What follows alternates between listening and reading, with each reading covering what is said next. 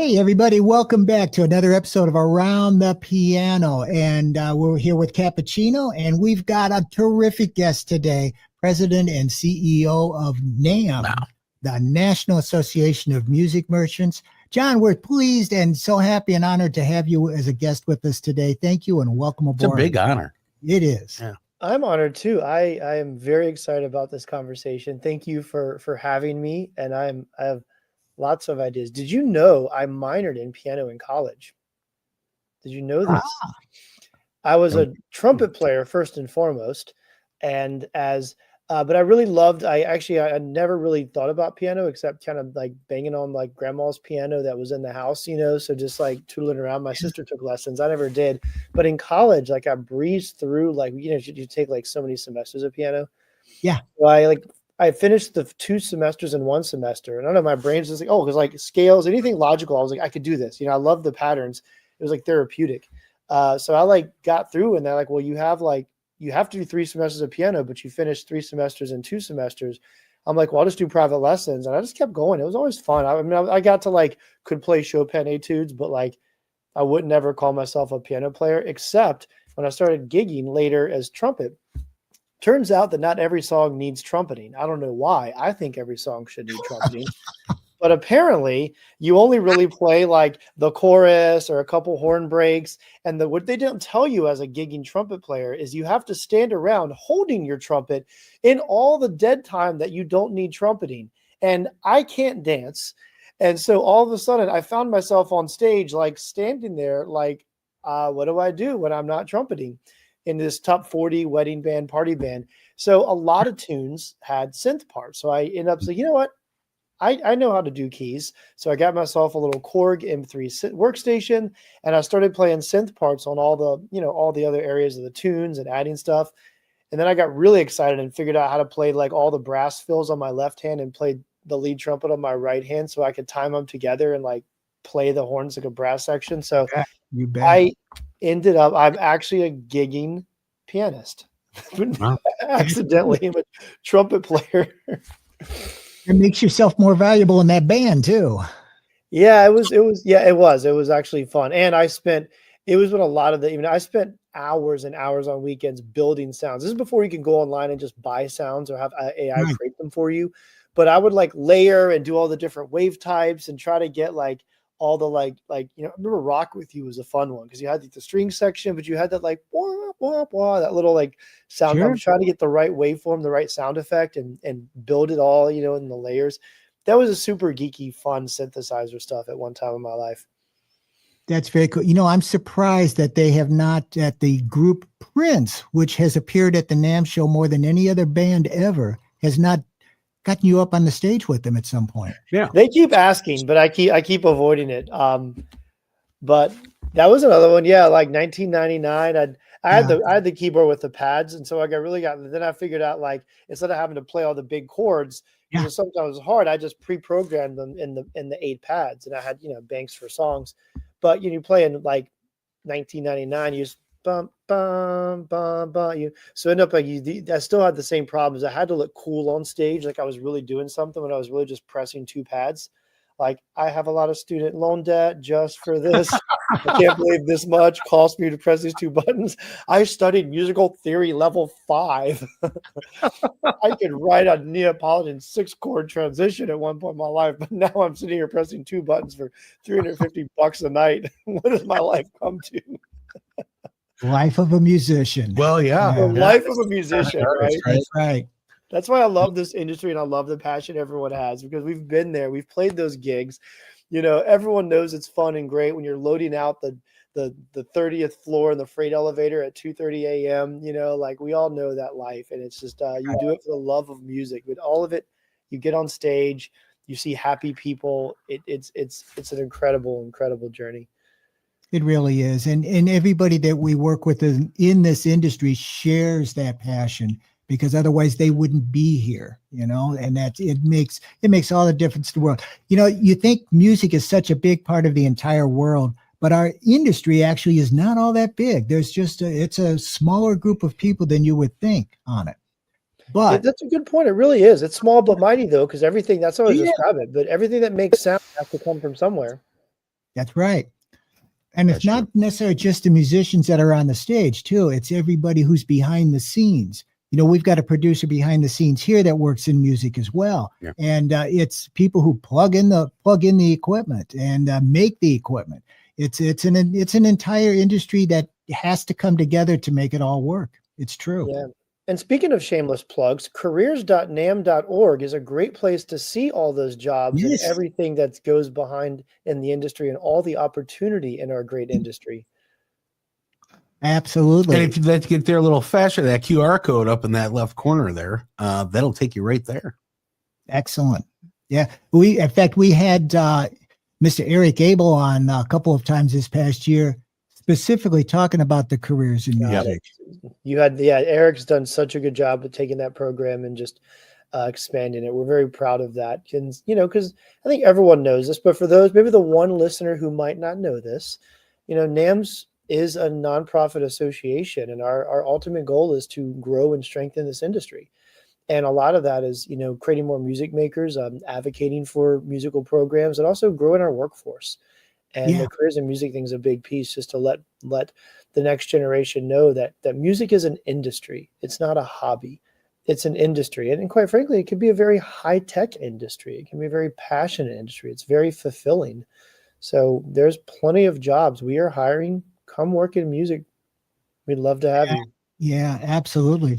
Well, now, John, you stepped into the leadership of NAMM at a very pivotal time for the music industry. What would you say was your first priority when you stepped into this? This is a couple years ago now, and how that's progressing, how your vision for NAMM is moving forward. Yeah, well, you're right. It was 32 months ago, but who's counting? It was right in the middle, of our industry's pandemic recovery. I think for our industry too, and a lot of industries, just because we weren't wearing masks and standing 6 feet apart, didn't mean that the effects of years of disruption were not still felt.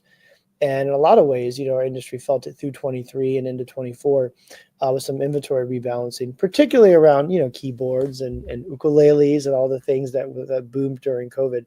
But I think for me, stepping in at this time, and it wasn't even just for me. It was NAMM. It was the board. It was a pivotal time for us as an organization to just think about, what do we look like post-COVID?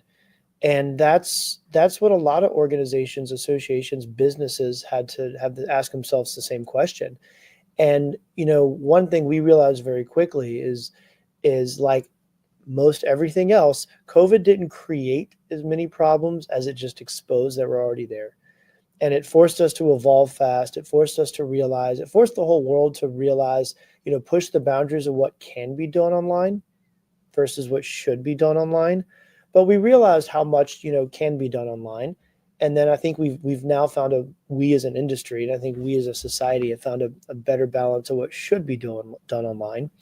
And, so at that time, it was listen, learn, and move fast to get NAMM and the industry kind of restabilized.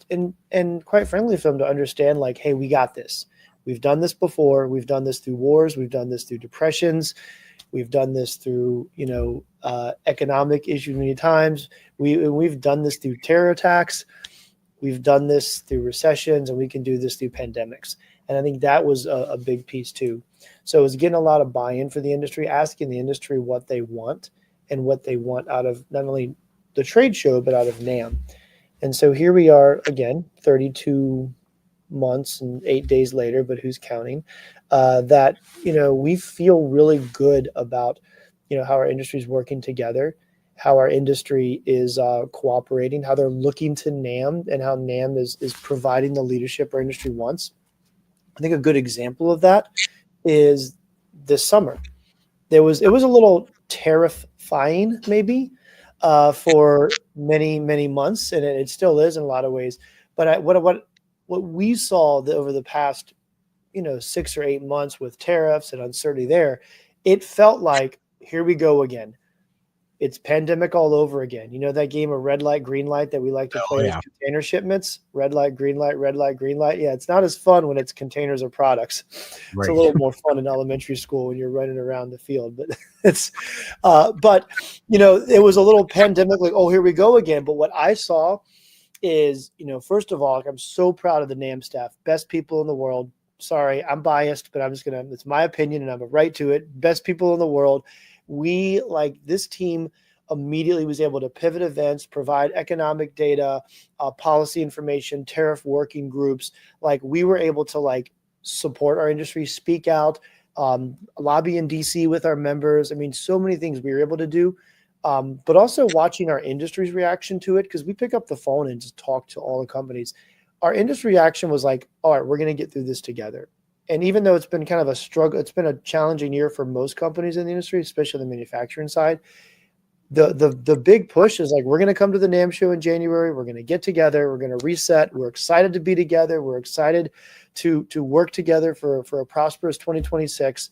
And that's how I know that what we're doing is working.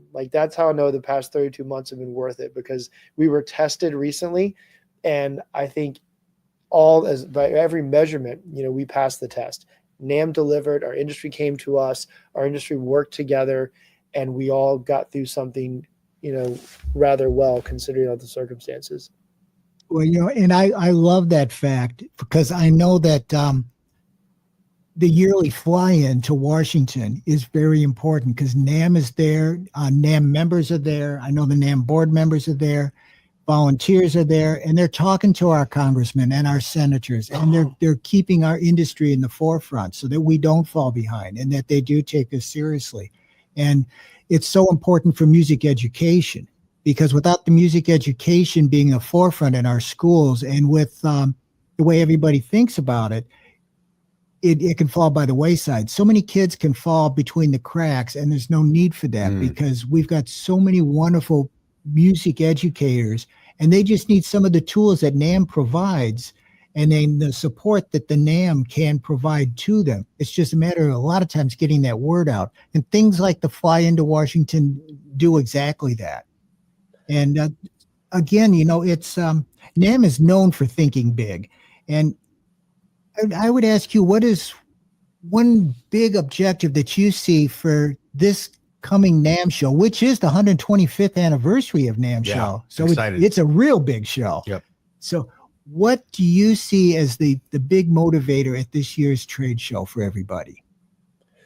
I'm so happy I asked the question. So, 125 years is quite a milestone. What we're going to do at the show to demonstrate this, and I think what NAMM shows have had in the past that have made them all very successful is, we all come together for some greater cause. And this year we're talking about 125 years. Why have we been here for 125 years? Because we're an industry that deeply cares about growing our industry. Yes. The other industries are not, necessarily, they don't have to grow their market. Like the auto industry doesn't have to make more drivers. They need to drive. They're there. They're out there, so, but we have to create more music makers, and we have to go out there and cultivate that. So even though we're competing, there's always this common bond. And so we're going to celebrate 125 years, not by, patting NAMM on the back for 125 years, but celebrating an industry that has been around for 125 years, because we always come to the table and focus on creating more music makers, giving back. So you'll see the story threaded through the NAMM show in many different ways. You'll already see during registration, we're highlighting NAMM Foundation. Would you like to make a donation in honor of 125 years? We're launching a NAMM Gives Back campaign that you'll see around the NAMM show, reminding people that, yes, we're here to trade show, though I'd say it's the NAMM show. It's not a trade show. It's an experience like none other in the world. But yes, we're here together. There's, exhibitors and carpet and education sessions and networking, but we're here for something bigger. We're here to ensure that, the next 125 years is successful. We're here because people 120 years ago, 100 years ago, 50 years ago, 25 years ago kept this thing going, and now it's our obligation to keep it going for another 125 years. Absolutely. Well, so many of us and many in the music industry who attend the NAMM show every year, it feels like the Super Bowl of music. So give people a little idea from your perspective what goes into the behind the scenes building of a NAMM show. It's I think you start from day one of the end of the NAMM show to start working on the next one. NAMM show typically is about 18 months cycle. We're well into 27. I mean, we're well into NAMM show 27. And just because of the size and complexity. But, we also, there's a lot of, we have to work with many, many partners that need more long-term planning. So we have contracts out through 2030. So we're in a lot of ways, we're 5 years out as far as thinking of longer models. As far as all the logistics that go into any particular show, we're always, 18 months ahead. So we're already thinking about 27, which is really important because while we're at 26, we're evaluating at the NAMM show in 26 what we want to do for 27. We're always thinking about how to improve. And then once we get to 27, we'll be working on ideas for 28. And again, that's just part of like that as musicians, that drive to like always get better. Like there is no perfection doesn't exist, but we're still going to strive for it. Even though we know we're never going to get it, we're still going to go. And that's that musician mentality that like drives us as, NAMM show organizers too. So it's a long process. And again, there's so many partners that are involved. And so the planning and coordination and organization that all those partners need is really far out. But as, a product creator, we build an experience. We built a platform for 1,850 plus exhibitors and 4,500 brands to use to make their brand successful. So we're building a platform for people to use to make their product successful. So having like long dialogue and really good dialogue with our companies about how they want to use the platform, getting feedback about what they want to try, being willing to experiment and test is really important to us. We're always experimenting. So yeah, it's not just like turn around after, February 1, we start the next one. We're already well into ideas for 27 and beyond. Yeah. That's awesome. And listen, I'm a radio personality and a founder of the studio here. So I don't know much about music. I'm not a musician. But I want to give you a 360 high level view as a business owner of my third year going now in January and a lifelong relationship going into NAMM. Absolutely impressive. Absolutely love it. And let me tell you what I really love the most about it. The relationship building of helping others. And you guys seem to have that model down pat. And it's authentic. It's not forced. It's not phony. You guys are the real deal. I love the fact, and you make it look flawless and easy. And I know it's not, right? And I, this time of year, and I'm sure that, and Tim mentioned, well, you could be up there with Prince playing on the stage. I'm sure you're pretty busy, especially during that time, which we would love to see you on stage and play too, just the same. But going in just as an amateur for my third year, it's so well done. And you guys are resource specialists. There's a resource for education. There's a resource for instruments, and even inventors. I think we ran into a gentleman, Mr. Wish, Dave Wish. Yeah. And what a fantastic character. He had the hat, looked like Willy Wonka. Yep. We got to interview him. It was great. I absolutely love what you guys are doing.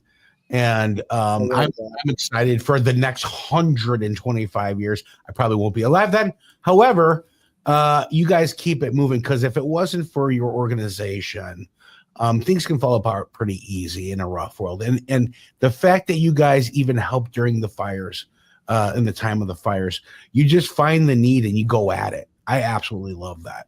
I thank you for saying all those nice words. I appreciate that very much. I appreciate, that genuine passion and enthusiasm. Again, that's what I love about NAMM in our industry. There's not a lot of industries where the name of the association is interchangeable with the industry itself. Like some people say, "Oh, NAMM, what is NAMM?" Oh, it's our industry. It's all music products. I think that's because we really want to be that heart. And you're you're realizing after your third year, you're realizing a little secret here that I'm going to let the cat out of the bag. There's a secret to tell everyone. We're not in the music products industry. It's actually the music people industry.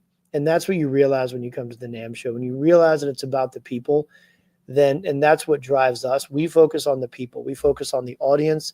We focus on the experience they have.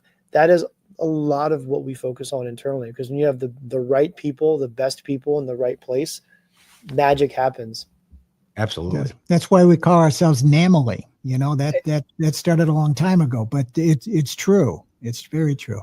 And as someone who's been to over 30 NAMM shows now, between my wife and I and my son and daughter, we go back to the last show that they did in Chicago. That's how long ago we've been attending these shows.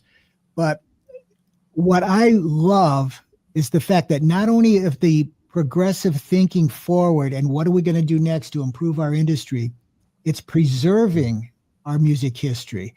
NAMM goes back. It originally started as basically a piano show in the very early days. It is. And there's a gentleman named Dan Del Fiorentino who has definitely preserved so much of that history. I know now he's done over 6,000 interviews with people from all over the music industry. And every time I hear of someone passing an icon or somebody in the industry that has passed that we knew and ran into at trade shows, there is a video that somebody has interviewed, usually Dan or his wife Suzanne, and it's there for forever. He's preserved that legacy of the music industry.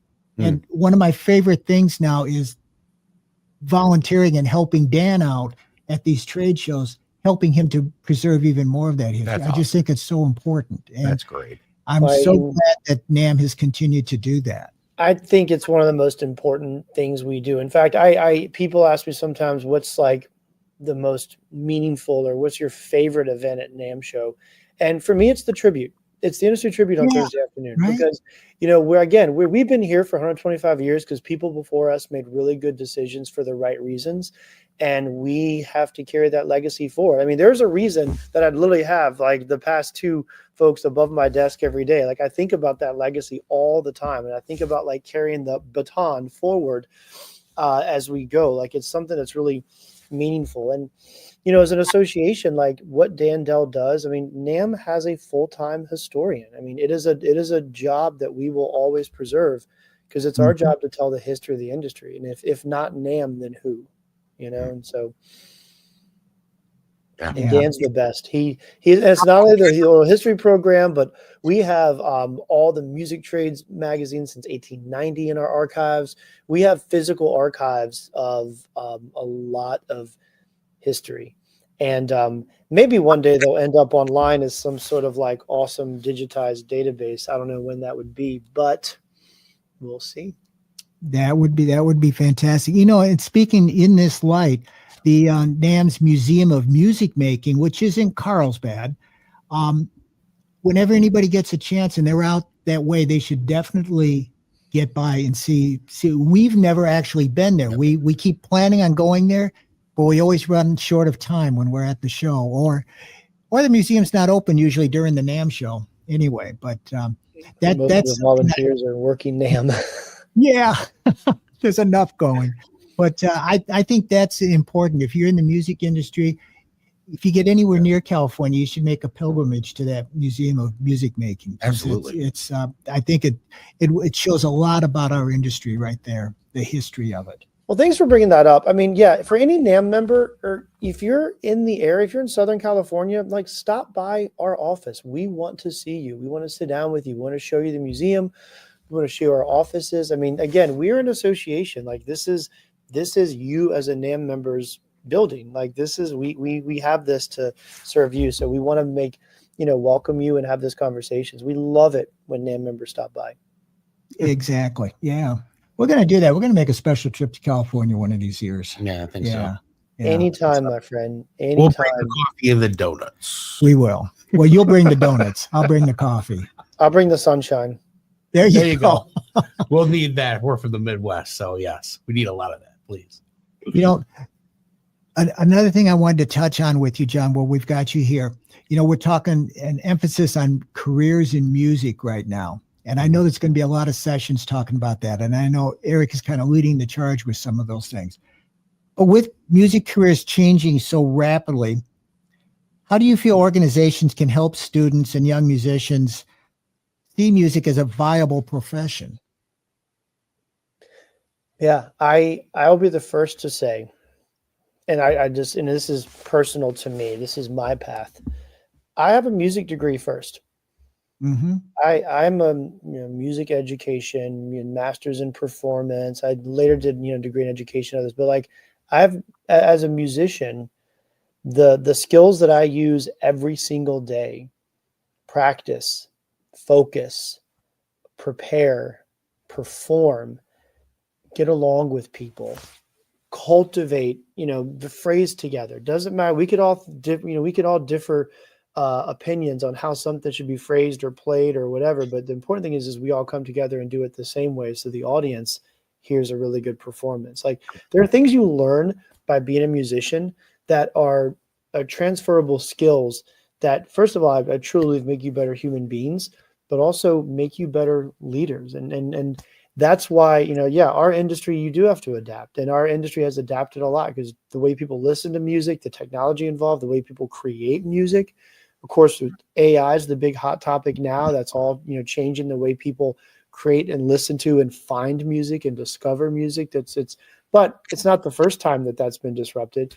But our adaptability, our resiliency comes from what we learn as musicians.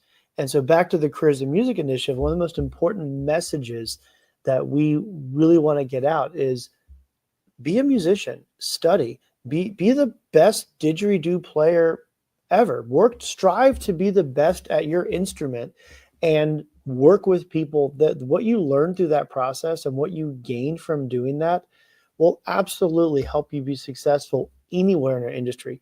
You can learn 10 years down the road to do marketing. You can learn product. You can learn, all these other skills. Skills can be learned, but like what we do as musicians, like resiliency and those type of like really important attributes to who you are as a human, that's what makes you successful in your industry. That's what you feel when you come to the NAMM show and you see all of these types of people around.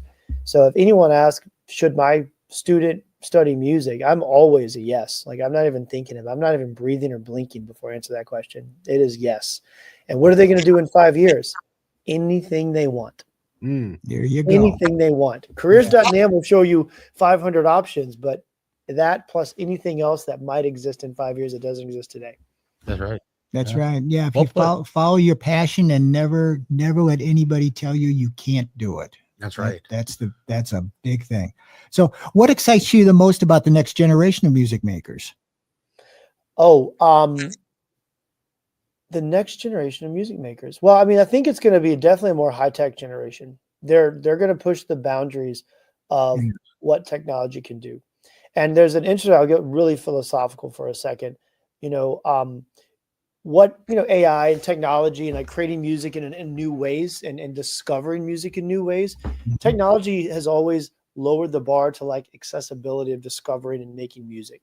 And it used to be, you can just drag and drop a loop. Geez, that's taking the art out of making music. Now you can just dial up in an app and have AI write the whole thing for you. And 20 years ago, we thought drag and drop loops were going to be the end of it all, So, but what I'm excited about as technology makes kind of the automatable faster and easier, it opens up humans to create more.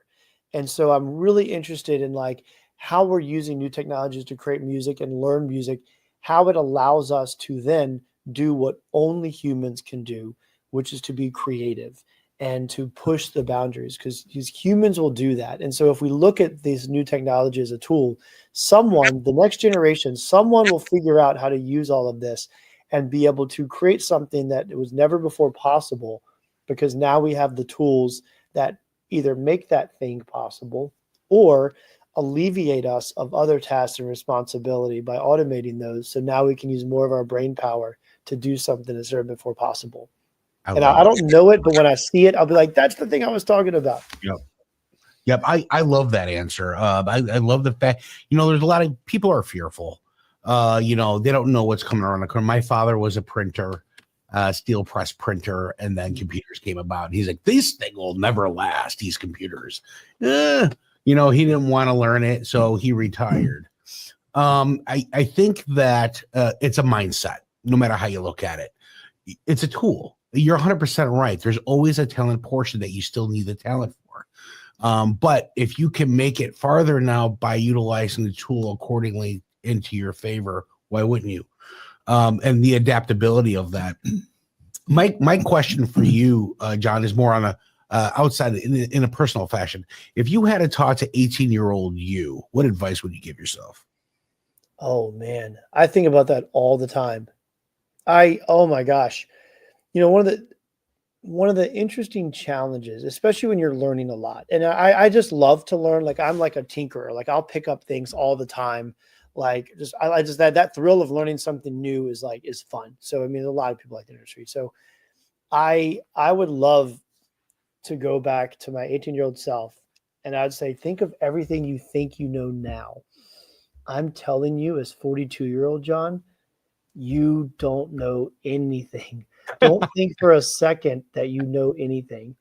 The only thing you know is every decision you're making right now, you will be more equipped to make it better in 5 years. That's right. And you have to live with that every day. And then every day and every decision I make today, I know I'll be able to make it better in 5 years, but I'm also a product of every decision I made 5 years ago.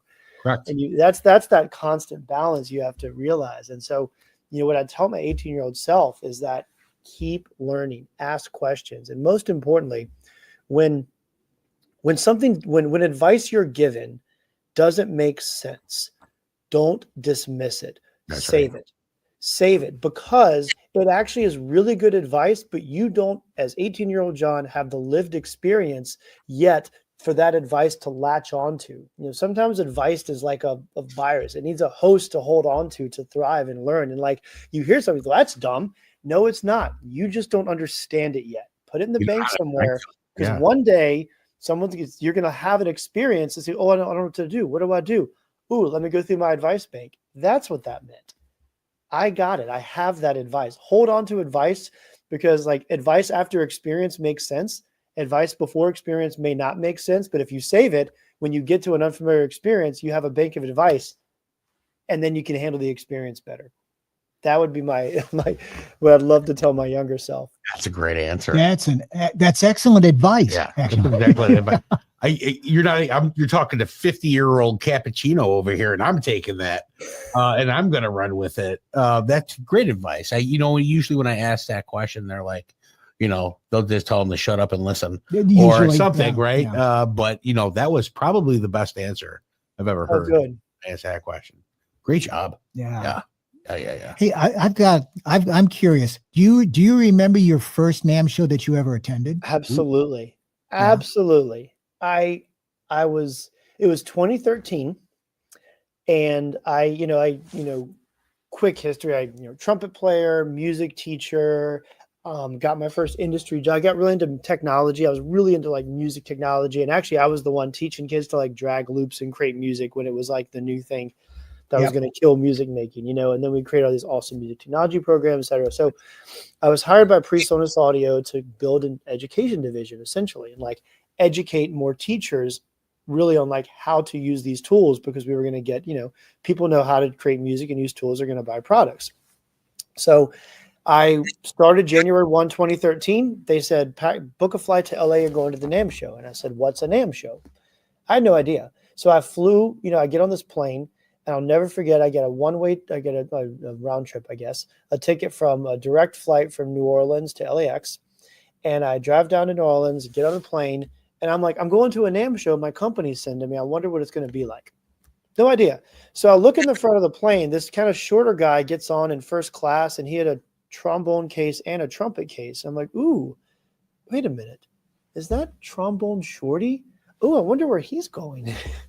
And then this really old guy with this really long dread, long beard, like a cane, with an assistant, gets seated at the end in first class, and was like, is that Dr. John? where are all these New Orleans famous musicians going? There must be something going on in LA. So I didn't know they're all going to the NAMM show. Who was I to know? So I get there and I walk in my first NAMM show, and I was overwhelmed with the size, but I was also overwhelmed that I had lived education. I had gigged, I had performed, I'd taught music, all the instruments. I had gigged. I had the inner monitors. I did sound. I could set up lights, and so like I'd like touched all these parts of the industry and played all these genres of music, from orchestra to pop bands and everything in between. And I didn't even know this existed. Like I was really mad at myself. I'm like, I never actually thought of where this instrument came from. Like, Mommy, where's trumpets come from? Like, I don't know. Like, never asked the question, right? But suddenly I'm like, there's a whole industry behind all these products.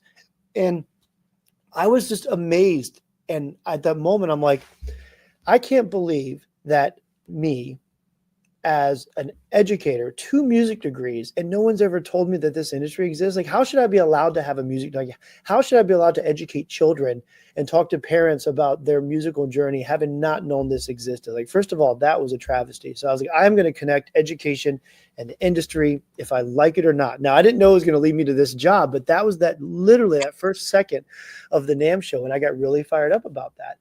And then I thought there was this major disconnect. Then I start walking around the NAMM show, and I realize I look in every booth and I see people demoing products to just tons of folks listening and learning. And I was like, you know what? I was wrong 10 seconds ago. There's not a disconnect between education and industry. This industry is all about education. That's all that's happening here, is we're educating people in the booths. And then I start looking through the show app and I find the session about like advocacy. I'm like, oh, I like to advocate.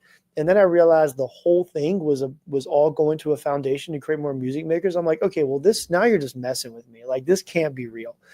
So I'll never forget, like, when I first discovered NAMM and how overwhelmingly amazing it was, but also at the time, how like I felt like it was so amazing that I actually felt I was cheated. Like, I wanted to go back and stop paying my student loans because I didn't think I got the education I paid for. I didn't know it existed. So yeah, it was a great experience. Yeah, it's the best eye candy for musicians that exists. It really is. What has been your favorite concert at NAMM? Favorite concert at NAMM? Yeah. It's interesting. Oh yeah, I'd love to hear yours. Honestly, and I'll admit this, like, I actually get to see some of the concerts now in this role. When I was attending NAMM as an employee of a company, I was hustling. It was meetings. It was 2 breakfast meetings before 9 a.m., 3 dinners. Like, you're going. I mean, your meeting schedule is just too many people to meet with. So I remember, like, I heard there was music in NAMM, but I was always bombarded with meetings. Now I get to actually sit around and see the concerts. It's great. Yeah. What's yours? Elton John. Oh, yeah. I think it was 2003, somewhere around that. They did a tribute. In fact, they did it over at the arena where the basketball team plays, I believe, or the hockey team. And they had Elton John, and they had all these not tribute artists, but artists paying tribute to Elton John. Yeah. So they all came on and sang one Elton John song, and then Elton John does a 45 minute That's set. awesome. So that's got to be favorite. But there's a lot of them. I enjoyed the Lindsey Sterling concert a couple of years ago, which was amazing. Well, and too, every hotel, every spot you can look in, there's music being played. Yep. I don't think I can say that I've seen one that I didn't like. No, that's the whole thing. This gives a platform for people that want that. They want the ROI. They want the ripples on impact. That's what I call ROI, by the way, John. Ripples on impact. If you splash that pond, those ripples go out, then you see the tide come back, right? When there's a new artist out there, they want to get on that stage. This is how they gain awareness. You have so many people walking around there, so many people listening to different things. There's not really one genre of music I don't like. So when I'm looking and I'm bouncing a hotel to big stage, I'm listening and seeing nothing but awesomeness because it's all talent. And they're all really good. I've come across some people. Listen, I got a cousin. He thinks he can sing. Okay, it's one of those. We all got one of those cousins that thinks, hey, right? You're pretty good because they don't want to hurt his feelings. You don't have any of those on the stage. Let's put it that way. You have really good talent and they're up and coming. And this is how you get noticed. When we met Thomas Claxton and his band, fantastic. What a great group. Some old schoolers in there, man, that I used to listen to growing up.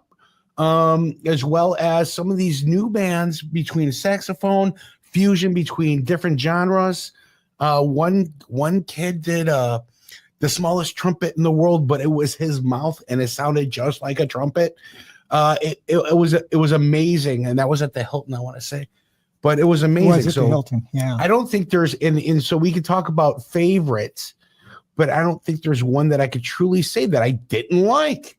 I love too, because they're the people that perform, these are essentially like live product showcases, and these performances are people that want to play for the industry. It's not like the NAMM show it's not a music festival, but wow, there are hundreds and hundreds of bands that play the NAMM show, but they're playing for their industry. It's like, I want to play for my friends, so they're putting everything they have into it because they're playing for their colleagues and their friends. Which is awesome. That creates a big mutual, right? And so there's a benefit for them. There's a benefit for the industry. And once again, it's a platform that you're pushing out as a resource. So everything's music. It's the first time I've seen the largest drum circle in the world that I could possibly I've ever been at. Just an amazing setup that you guys do there. Well, what's amazing too is every one of those bands at NAMM that are playing there, big stage, little stage, any of the hotel stages, every one of them is a very important to everything that's going on inside that convention center, because that's where all of their equipment comes from, all of their information and their education has come from. It comes out of all of that. And then at the end of the trade show, we all go to our homes and our own parts all over the world, and we're still doing the same thing. Well, real quick, I've been to a lot of different events, if it's Comic-Con, if it's, different styles of conventions. This is the only convention I have ever been to where it's 100% based on love. I have never seen anybody get angry. Everybody's very awesome with each other. It's just such a great feeling there.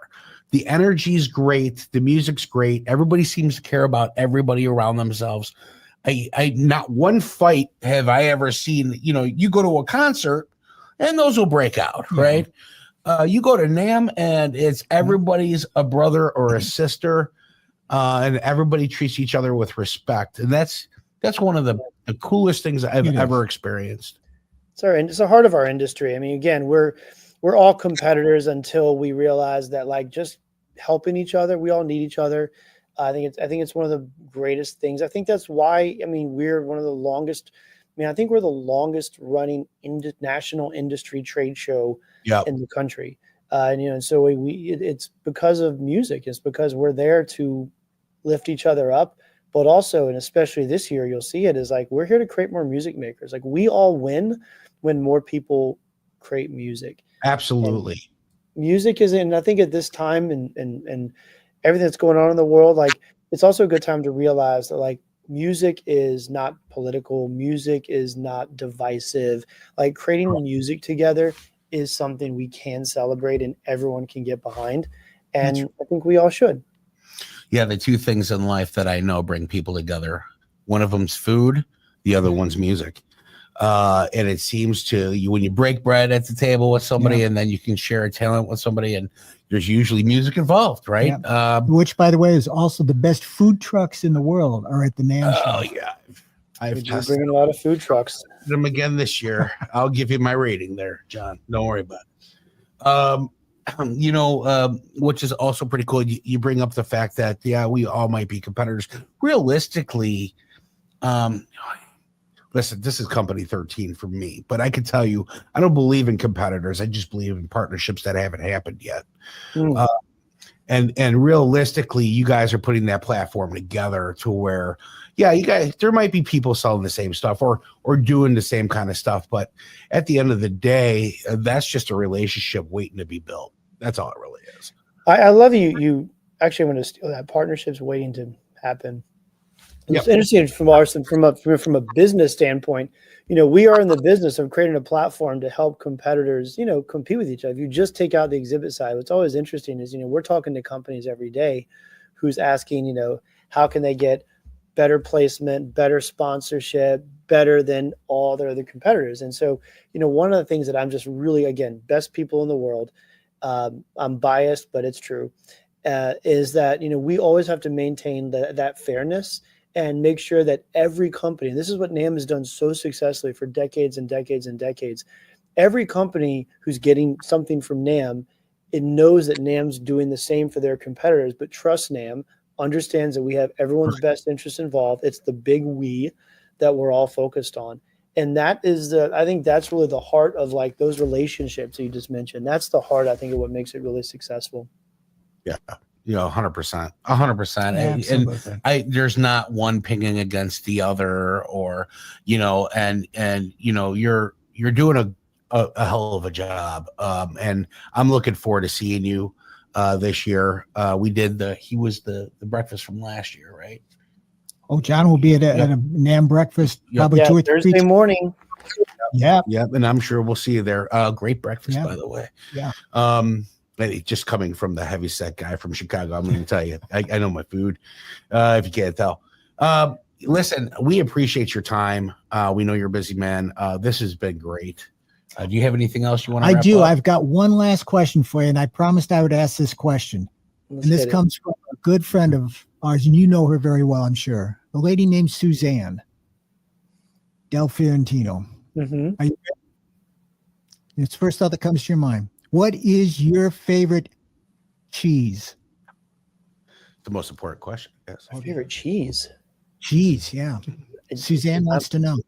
I'm a blue cheese person. I'm gonna give me a big hunk of blue cheese on my steak all day long. There you go. Perfect. I like that. All right. I do that on my burgers as well. So when we get out, we'll have one steak. Black and blue. I can't turn down a black and blue. My guy. Find me a food truck that has that. I'll meet you there. Oh, fantastic. Oh, that's fantastic. Well, John, thank you for being with us, and thank you for taking the time to be with us today. Hopefully we can sit down and maybe do this in person at the show if there's time on Wednesday. We'll wait to hear from you on that. But seriously, thank you. Thank you for all you do. John Mlynczak here from the NAMM, president and CEO. He's doing a great job there. And we're looking forward to the 125th anniversary of the NAMM show in just a few weeks. Fantastic. See you there. Take care, John.